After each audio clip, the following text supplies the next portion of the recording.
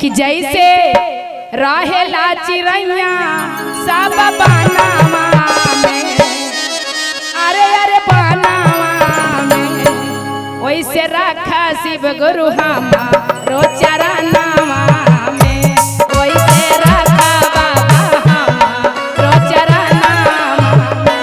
जैसे रहेला चिड़ैया सब बनावा में,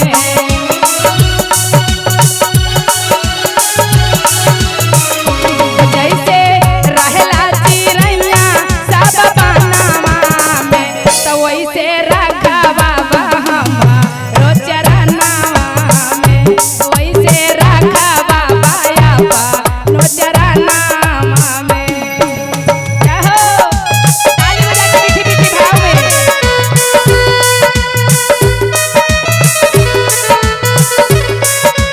अरे बोलो हो।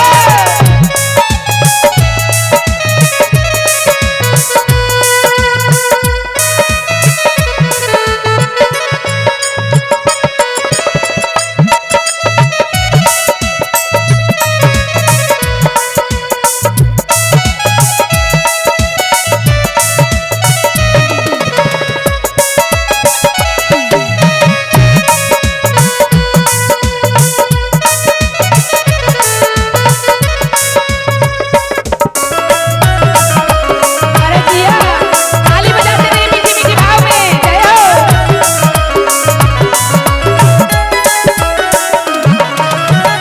सुनले कि बाबा हउए बड़ा रउआ दानी,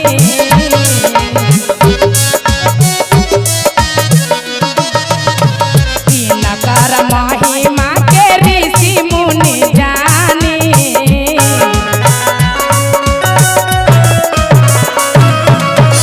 सुनले हउए बाबा भोला हउए बरदानी, तीन कर करिश्मा माँ के ऋषि मुनि जानी।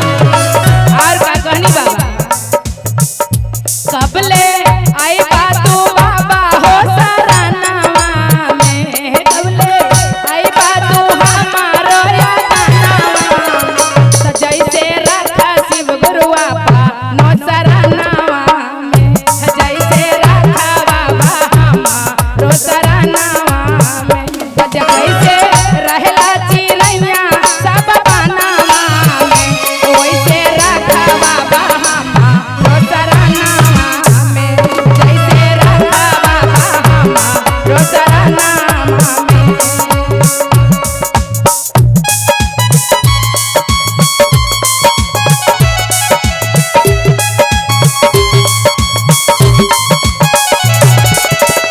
जिया होली के ताली बजाते हैं। ए दीदी ताली बजाइए ना तो बैठ जाइए आराम से।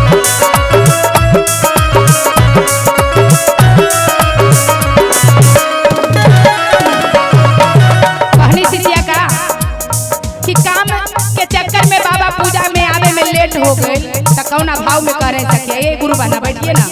ए पतर की कौची में उल बौल तू बड़ा तू देखे में सुंदर है, लेकिन लगा कि उल बौले में मियाज तो रह। तनी ताली बजावा हाथ उठा के और कहे के कहा पूजा करे ताले लेट होई गईले,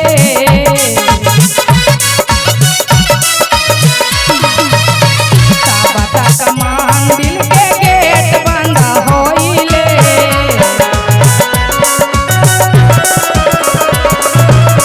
पूजा करे अइली ताले लेट होई गईले, साबता का मंदिर के गेट बंद होइले। और कहनी का भैया हो कितना देर लगइबा तू चरनावा में, कितना देर लगइबा दर्शनावा में, वैसे रखा बाबा हमारो सरनावा में, वैसे रखा बाबा हमारो सरनावा में। जैसे रहेला चिड़ैया सब बनावा में, जैसे रहेला चिड़ैया सब बनावा में। भैया ताली न बजेबा कौची में भुलाइल ह। एगो चाचा जी फरमाइशी कैलन ह कि धनमा कूट कूट रखली अपन कोटिया में, वही तो हनी हमार भात खाए वाली खाली ताली बजावे वाली न हो। तनी उठाई पूरा पूरा हाथ ताली बजा के कहनी का कि वही से रखा बाबा हमारो सरनामा, वही से रखा बाबा हमारो सरनामा में।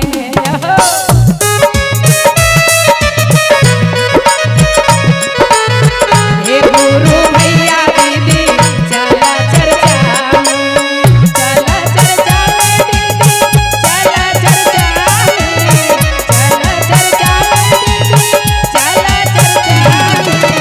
जन्मादन मिली दीदी शिव के भजन में, जन्मा हो जाए दीदी शिव के भजन में।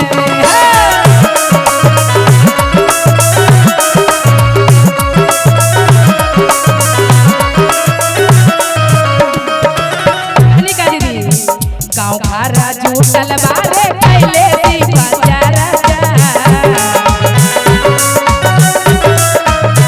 गाँव खारा जुटल बाबा धैली तोर ध्यानवा। ताली बजा के झुक गए। हमरा से कौने बाबा हो गेले कलाकारा,